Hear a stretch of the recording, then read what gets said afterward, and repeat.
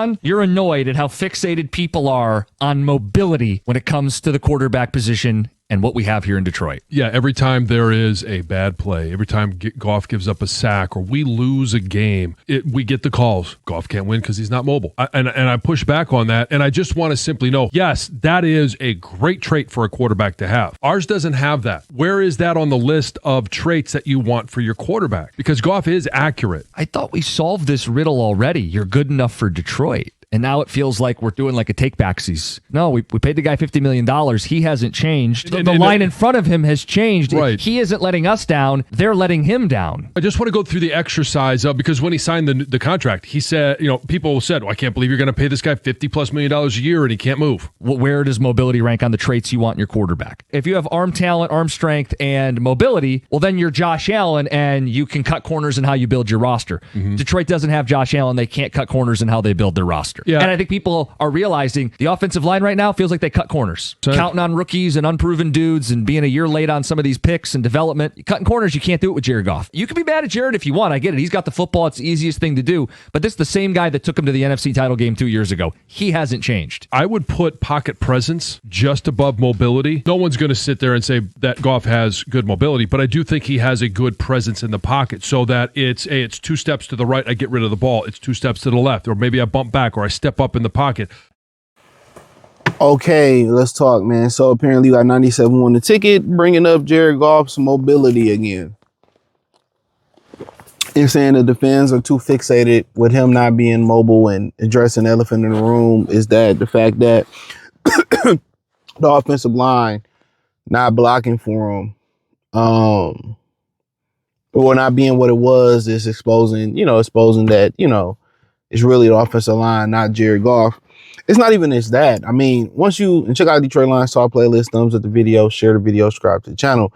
It's kind of when you dig in there a little bit deeper and you think about some of the plays that he do. I mean, going back to the San Francisco game, an NFC Championship game, that play to Josh Reynolds, he had to slide off the spot and it goes in the dirt. It's not to the fact that he just can't run, right?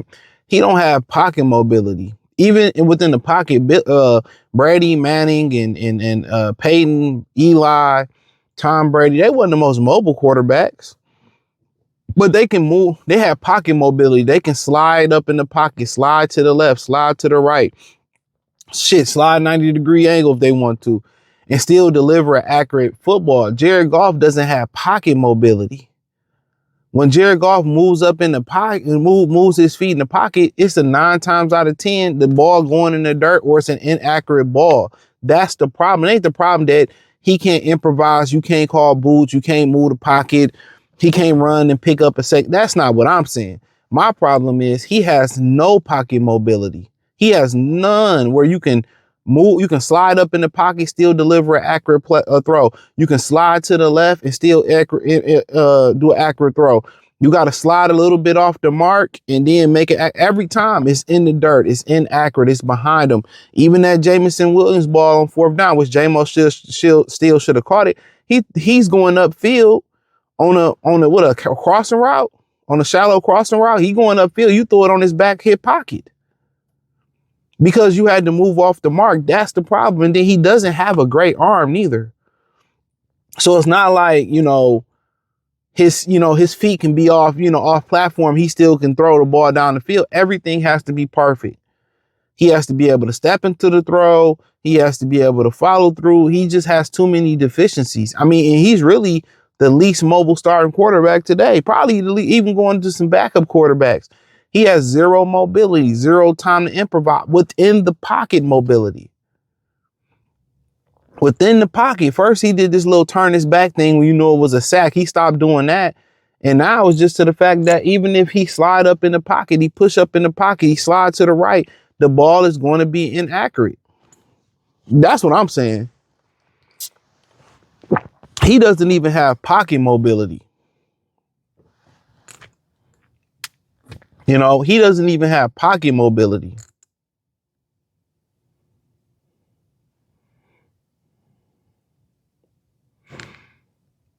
So that's crazy. He doesn't even have pocket mobility. So when we get into these conversations and stuff like this, bro, he don't even have pocket mobility.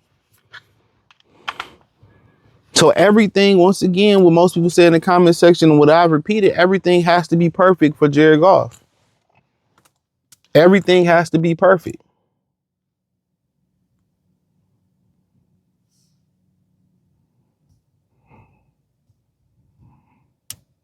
Everything has to be perfect.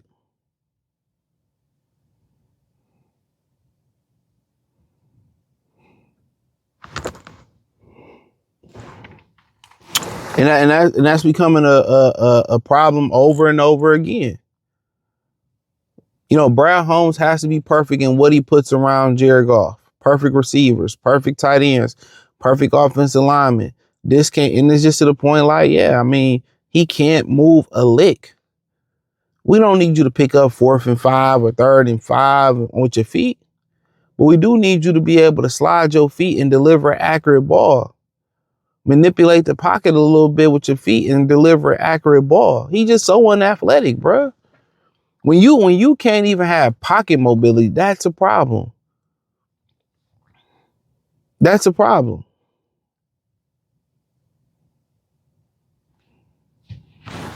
And if Stafford and them, they lost to the Panthers yesterday, but if Stafford wins the second Super Bowl, man, look bad on him. Detroit definitely got fleeced. They traded all them picks. They went in, got a Super Bowl, kind of did a quick rebuild, really not much of a rebuild, and still they went back to another Super Bowl. What that say about y'all? What that say about Jared Goff?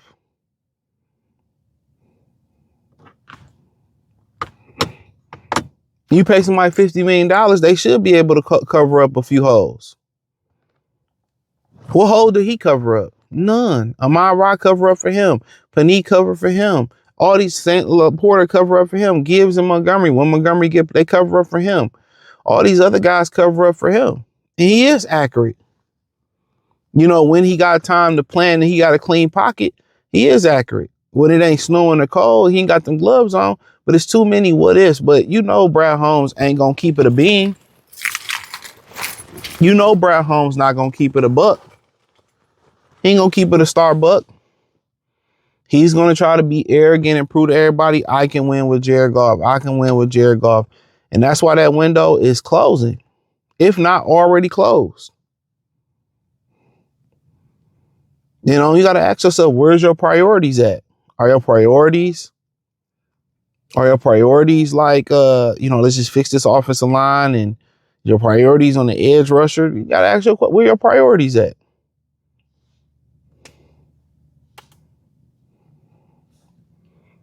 More durability. It's a lot of things that's contributing to this.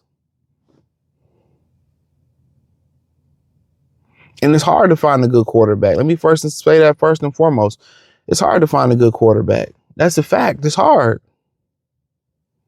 It is 100% hard to find a good quarterback that can play at that Goff level. That's a fact. So that's all I pretty much had to say, man. Hit the link in the description, the link tree. You can find me on Facebook, Instagram, Twitch, other places where I'm doing my thing at.